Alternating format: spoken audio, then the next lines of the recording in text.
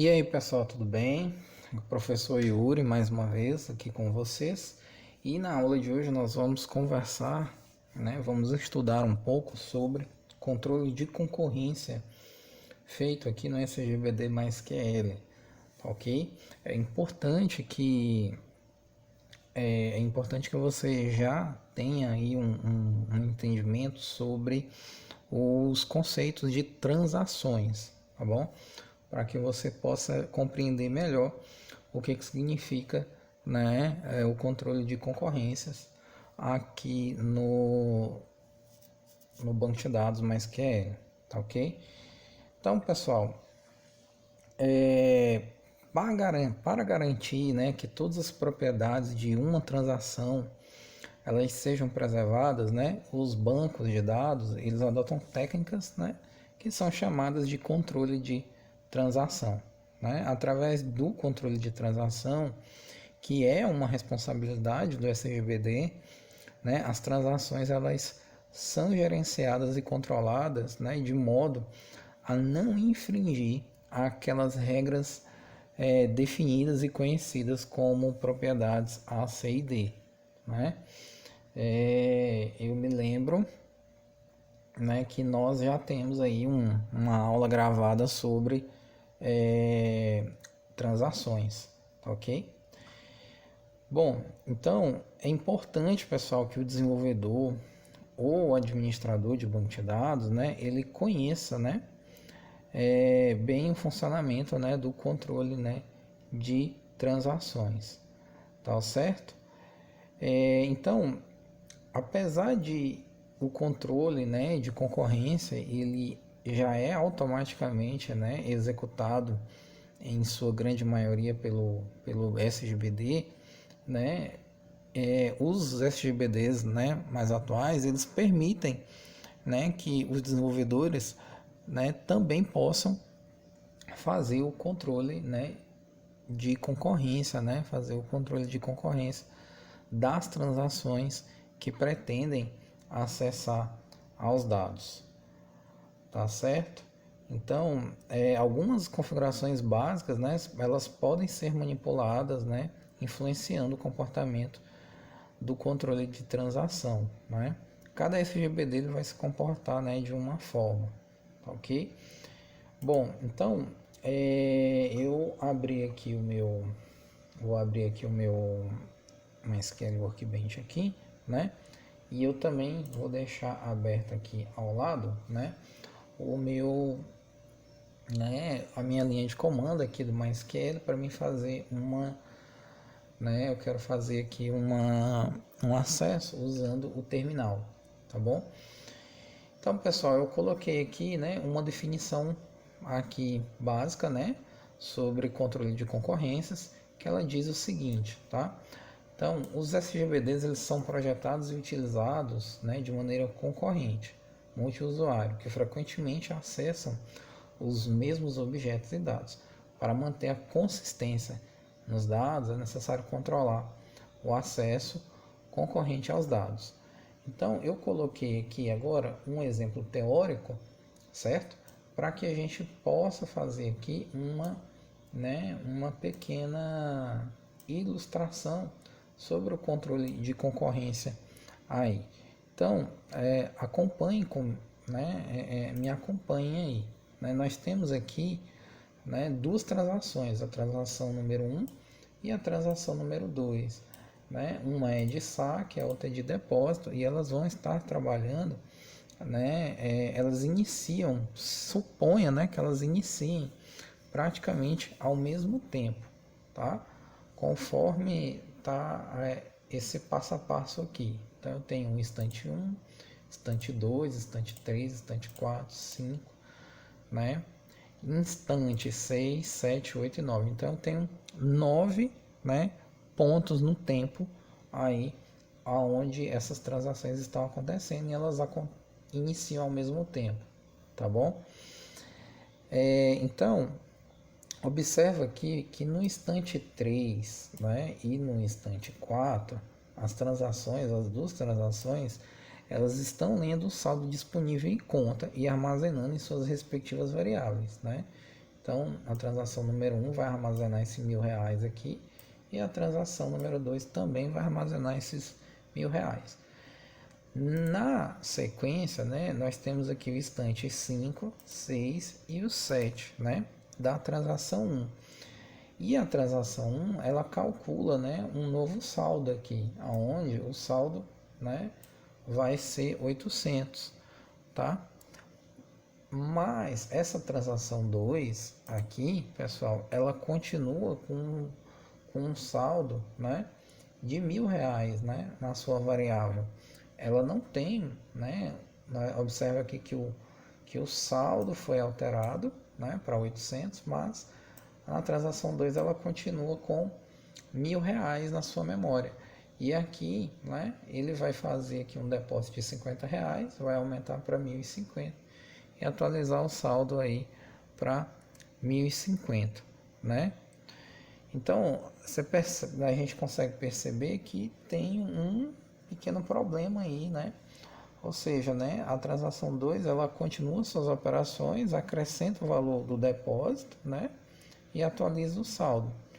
Então, essas transações aqui, elas têm que acontecer de maneira sequencial, né? Para a gente garantir que isso seja feito de maneira sequencial, né? Você tem que, né? Você pode fazer uso de controle de concorrência, né? Bloquear, né, a execução de uma outra transação até que a primeira transação tenha concluído, tá bom? Aqui, por exemplo, né, nesse exemplo teórico que eu coloquei aqui, eu quero evidenciar e tentar ilustrar para vocês que o controle de concorrência ele não foi, né, ele não foi bem aplicado aqui, tá? Então, o controle, né, de concorrência ele tem que garantir a consistência dos dados, né? Ou seja, o resultado final, independente do que aconteça, tá? Ele deve refletir nos dados como se as transações tivessem ocorrido de maneira sequencial, entendeu? Então, se o controle de concorrência tivesse sido aplicado nessa ilustração aqui, o valor final do saldo deveria ser 850, né? Mas como o controle de concorrência não foi aplicado, então o saldo está errado, tá certo? Então nós temos aqui, existem, né, algumas técnicas aqui para fazer o controle de concorrência. Nós temos aqui os bloqueios e nós temos aqui a multiversão, né? Então, o controle de concorrência multiversão, pessoal, né? Eu coloquei aqui alguns itens aqui sucintos, né? Então nós temos aqui, ó, cada transação tem um acesso a uma versão do banco de dados, né? Não permite visualização de dados inconsistentes, ou seja, dados que não foram confirmados pelo SGBD, a transação não vai ter acesso. Leitura não bloqueia a escrita, né? E escrita não bloqueia a leitura, tá? Então, no controle de concorrência multiversão, né? Essa técnica aqui, ela disponibiliza uma imagem dos dados para cada transação, de modo que uma transação pode enxergar versões diferentes dos dados, né, de outra transação, mas as transações têm acesso apenas a dados que foram confirmados, né, através da operação de commit, né, no banco de dados, tá bom? Então, aqui nós não vamos, né, conseguir acessar dados que não foram confirmados pelo banco, ok? A outra técnica aqui é a técnica, né, de bloqueio, né, que é a técnica mais utilizada para controle de concorrência. Bloqueia os dados para uma transação, certo? E o bloqueio permite alterações nos dados apenas por uma transação. As instruções que bloqueiam os dados, né, insert, update, delete, né, criação e alteração de tabelas, colunas, constraints e índices, são operações nativas aqui do banco de dados que elas bloqueiam, né? Quando você está executando uma inserção no banco, né, ele não pode, enquanto aquela inserção não termina, né, a outra operação não vai ser autorizada ali pelo SGBD, né, não deveria ser autorizada, tá? Então, aqui nessa técnica aqui de bloqueios, né, cada transação bloqueia o acesso para a alteração nos dados, né, em que ela está manipulando, certo? Essas operações, né, de DML, elas realizam, né, bloqueios parciais, né? Ou seja, bloqueio nos dados que estão sendo modificados por essas operações. E essas operações aqui do tipo DDL, elas bloqueiam o objeto, né, por completo, tá? Então, a inclusão, por exemplo, de uma coluna, né, em uma tabela, bloqueia todas as alterações de dados nessa tabela até que a criação da coluna termine, ok? Então, nós temos aí, né, essas técnicas aqui de controle de concorrência, tá?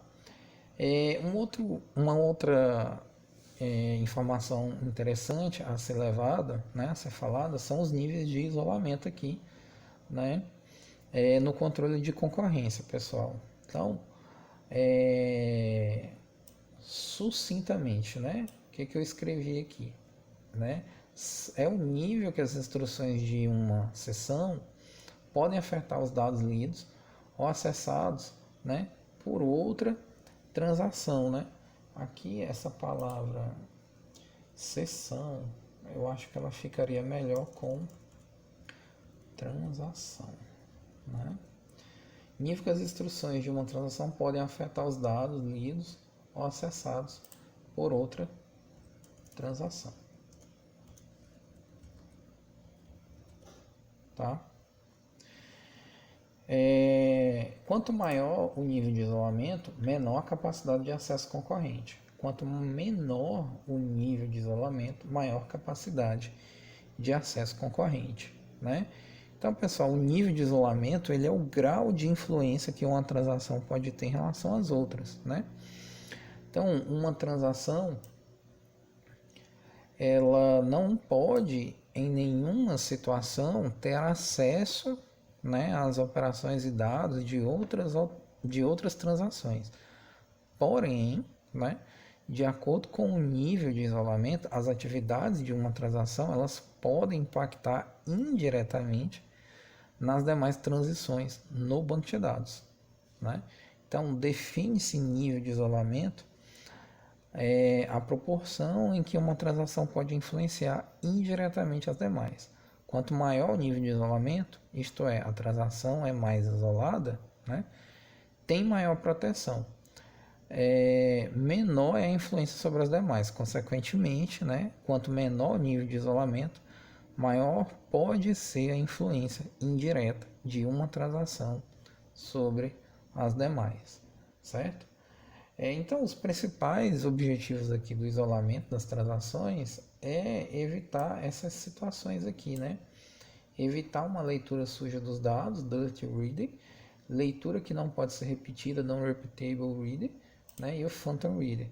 Então, a leitura suja, né, dos dados, ela consiste em uma transação ter acesso a dados que foram modificados por outra transação, mas que esses dados não tenham sido confirmados no banco de dados, né?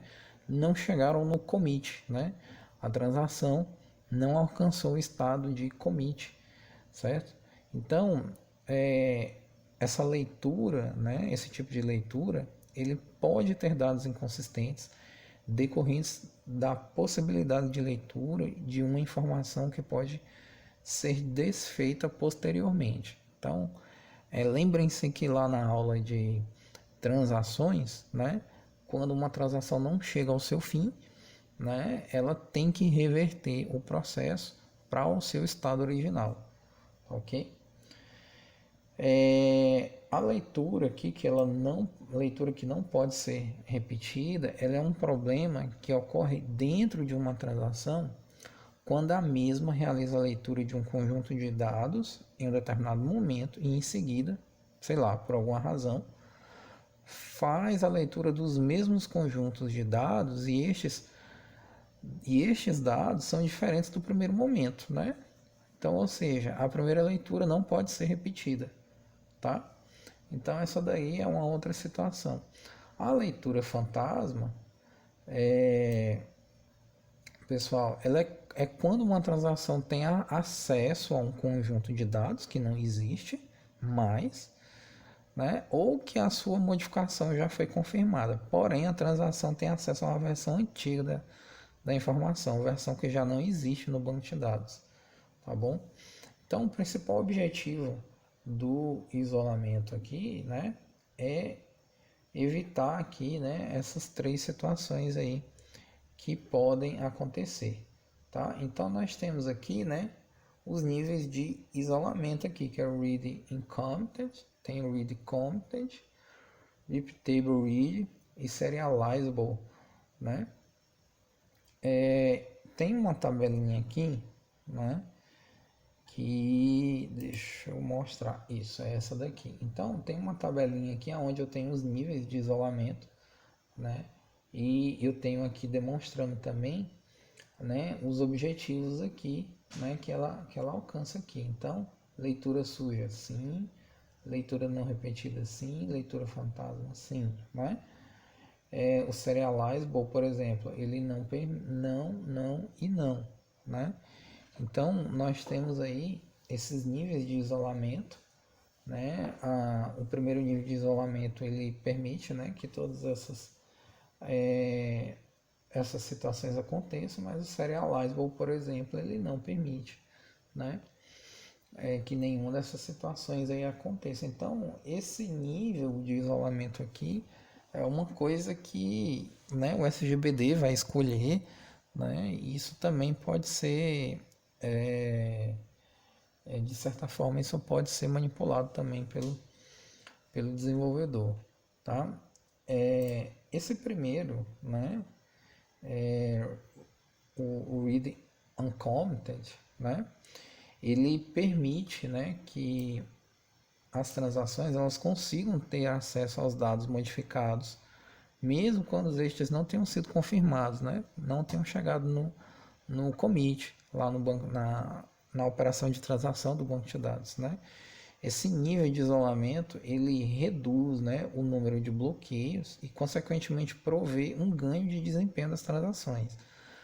Mas ele possui o risco de leitura de dados que eventualmente não terão duas mudanças confirmadas, tá? O outro aqui, ó, né, o outro tipo de nível de isolamento, ele tem uma utilização maior aí pelos SGBDs, né?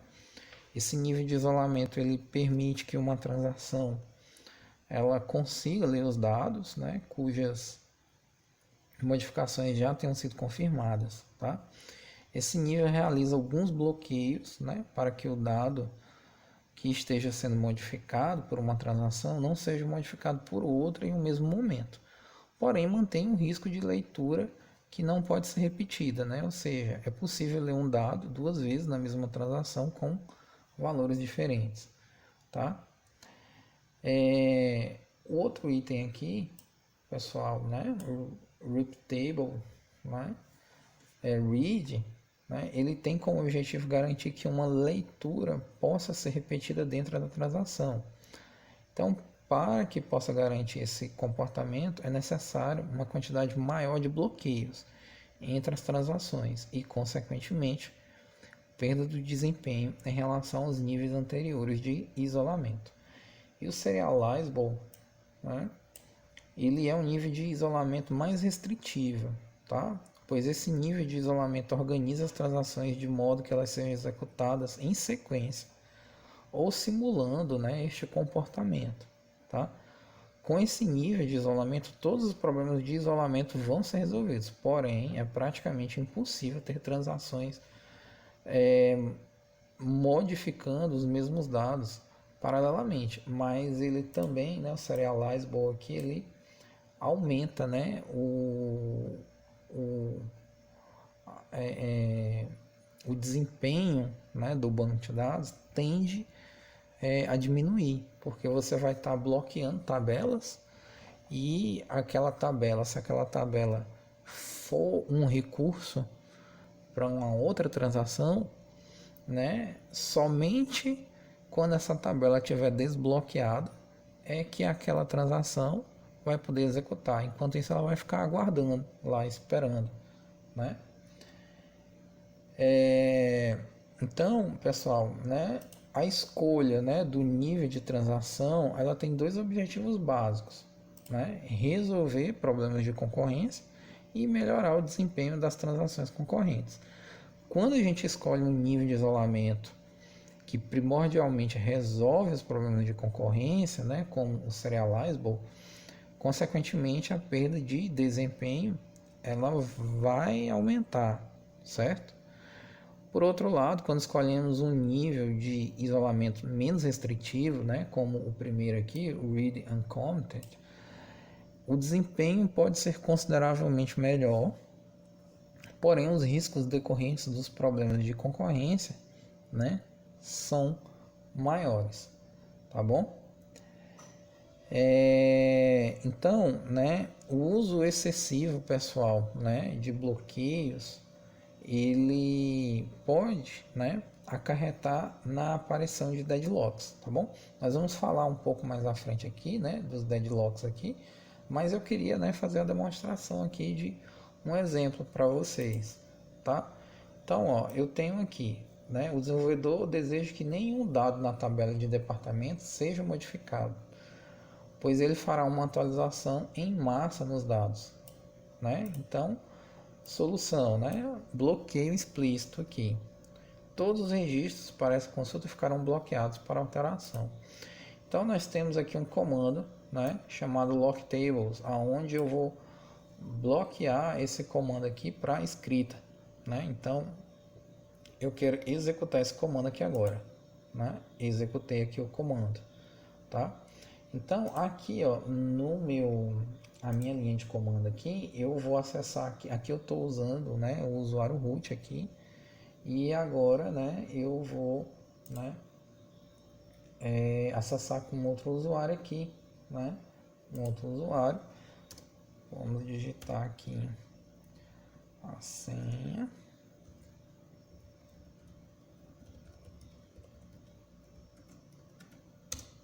Ok, acessei o banco. Eu quero usar o banco recursos humanos, né? Recursos humanos. Ok. E eu quero fazer esse comando aqui. Eu quero dar um update nele, né? Então vamos digitar ele aqui. Só se eu consigo copiar e colar. Vou dar um copy aqui. Foi, né? Então se eu der um enter aqui, eu quero que vocês observem aqui que o comando ele não executou, ele parou aqui, ó, ele está piscando aqui, né? Mas ele não executou esse comando. Por quê? Porque a tabela está travada, né? Eu coloquei um lock nessa tabela. Então agora eu vou executar o comando aqui lock tables, né? Então, ó, quando eu executei o comando lock tables, observem aqui que a tabela aqui, ó, ela aí sim que ele veio executar o comando, certo? Então, né, esse daqui seria o serializable, né? Eu fiz um bloqueio explícito aqui, tá, na nossa tabela, né? Então, nós temos aqui eu consegui colocar um comportamento de transações sequenciais no banco, tá? Então eu garanto que as transações vão ser sequenciais, mas eu também tenho uma situação aqui em que eu posso estar perdendo desempenho no banco, tá? Eu vou ficar com uma transação update aqui parada, esperando, né, até que essa tabela seja liberada, tá? E aqui, pessoal, tem algumas observações importantes ao você utilizar aqui o lock tables, tá? É o seguinte, o comando lock tables, ele pode fazer dois tipos de lock, certo? Nós temos aqui o lock tables read, tá? Onde ele vai bloquear para alterações, mas ele permite a leitura de uma tabela bloqueada, né? Então, múltiplas sessões podem usar o lock ao mesmo tempo, né? Esse lock ao mesmo tempo, tá? Então, e nós temos aqui o lock tables write, que foi o que eu utilizei, né? Ele bloqueia para alterações, tá? Então, ele somente uma sessão pode executar esse bloqueio por vez. Então, nós temos esses dois tipos de block aqui, de lock, né? Então, uma perguntinha, quando eu devo usar esse comando, né? Então, a resposta seria eu escrever isso daqui. Você deve usar quando deseja, né, que várias alterações, deixa eu melhorar o texto aqui, você deve usar quando desejar que várias alterações, né, que necessitam ser feitas, insert, update ou delete, e outros usuários não tenham acesso à tabela. Então, você vai usar quando várias alterações necessitam ser feitas, né,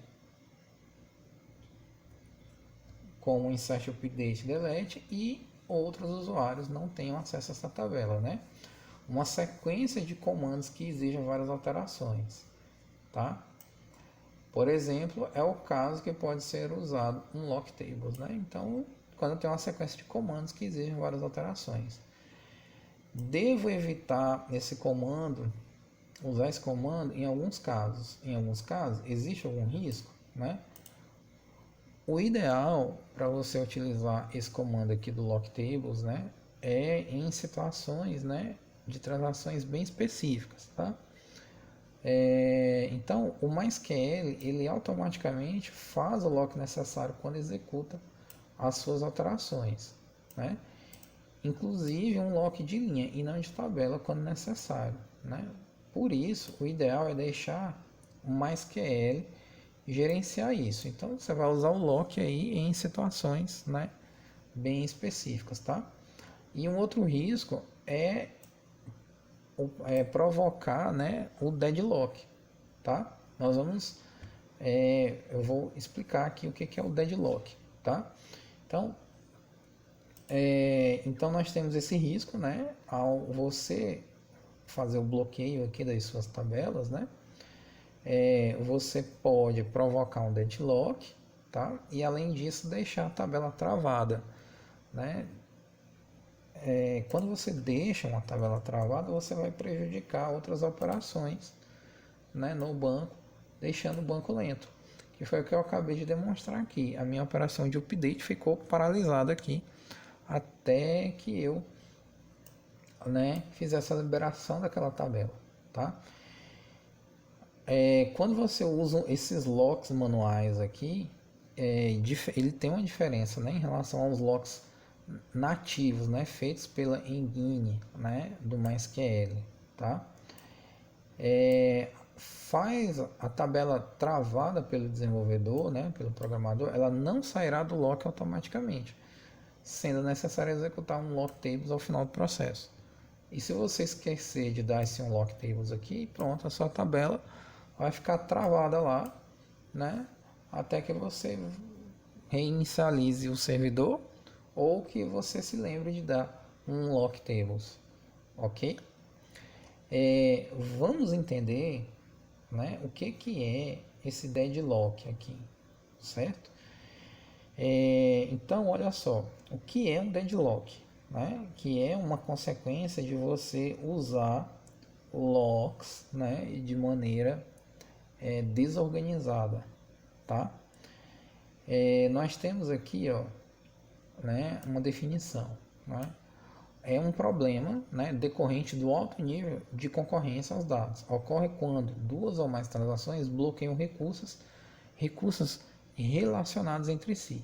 E a única solução é eliminar uma das transações. Então eu preparei novamente também né, uma figurazinha, né? Vamos minimizar essa daqui. Então, ó, eu tenho aqui, ó, uma transação 1 e ela depende desse recurso 2 aqui. Só que esse recurso 2, quem tem o lock desse recurso 2 é a transação 2, né? E a transação 2, ela depende, né, do recurso 1 para poder finalizar. Então, a transação 1 depende do recurso 2 para poder finalizar, e a transação 2 depende do recurso 1 para poder finalizar. Porém, né, a transação 2 ela não libera o recurso 2 até terminar. E a transação 1 não vai liberar o recurso 1 até que ela termine. Então nós temos aqui o que? Uma situação, né, de deadlock aí, aonde um recurso depende do outro, mas ninguém vai liberar, né, o seu recurso aqui. Então eles vão ficar aguardando, né, infinitamente aí a liberação do recurso 2. Né? A T1 vai ficar aguardando a liberação do recurso 2 e a transação 2 vai ficar aguardando a liberação do recurso 1 de maneira infinita. Né?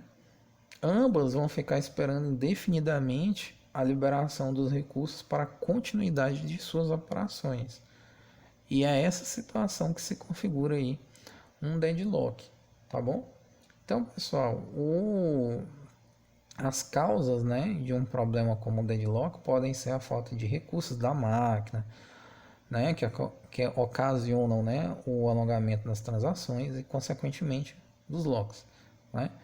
Pode ser causado também pelos níveis, né, de isolamento muito restritivos, tá?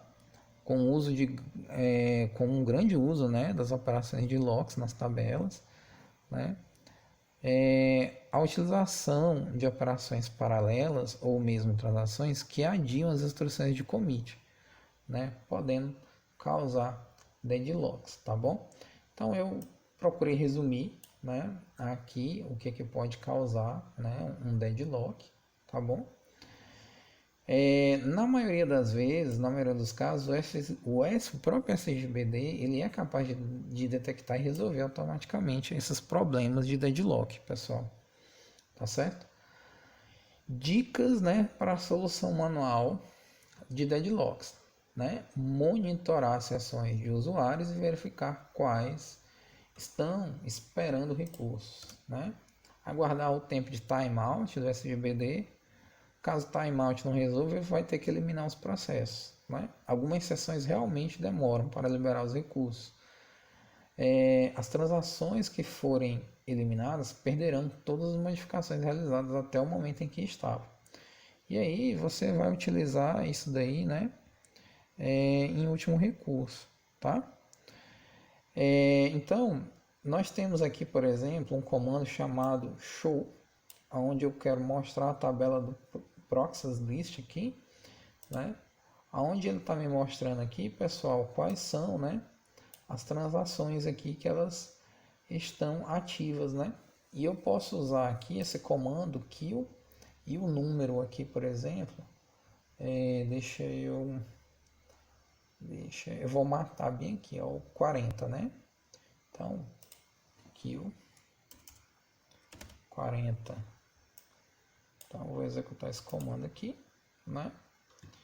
E aí ele vai matar lá, né, aquela transação lá. Então observa aqui, ó, que ela desapareceu, tá certo?